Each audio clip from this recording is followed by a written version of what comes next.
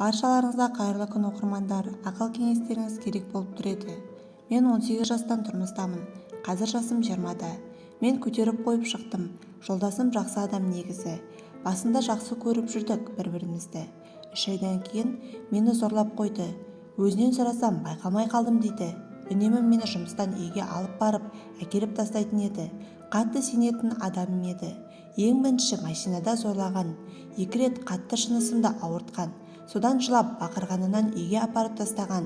Денемнің барлық жері дірілдеп түн жарымда үйге келгенмін. Туалетке кіріп, үйдегілерге білдірмей жылағаным да есімде.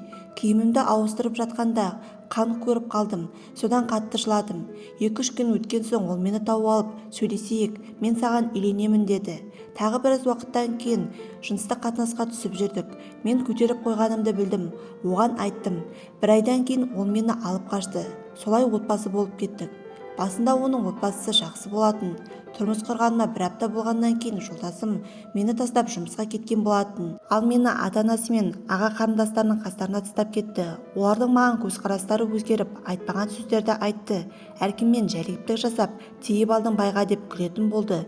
Қарындастары сорлы жәлеп деп айтып та жүрді. Сол кезде мен 2 қабат едім. Аллаға шүкір, қазір 1 қызым бар.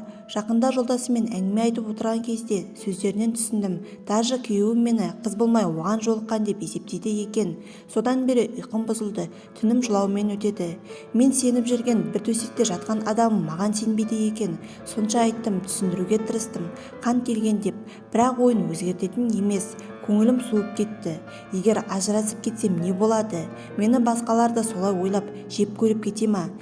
Сіздерден өтініш, маған қолдау беріп, өздеріңіздің ақыл кеңестеріңізді комментарийға жаза өтсеңіздер, мен барлығын оқитын боламын. Баршаларыңызға рахмет.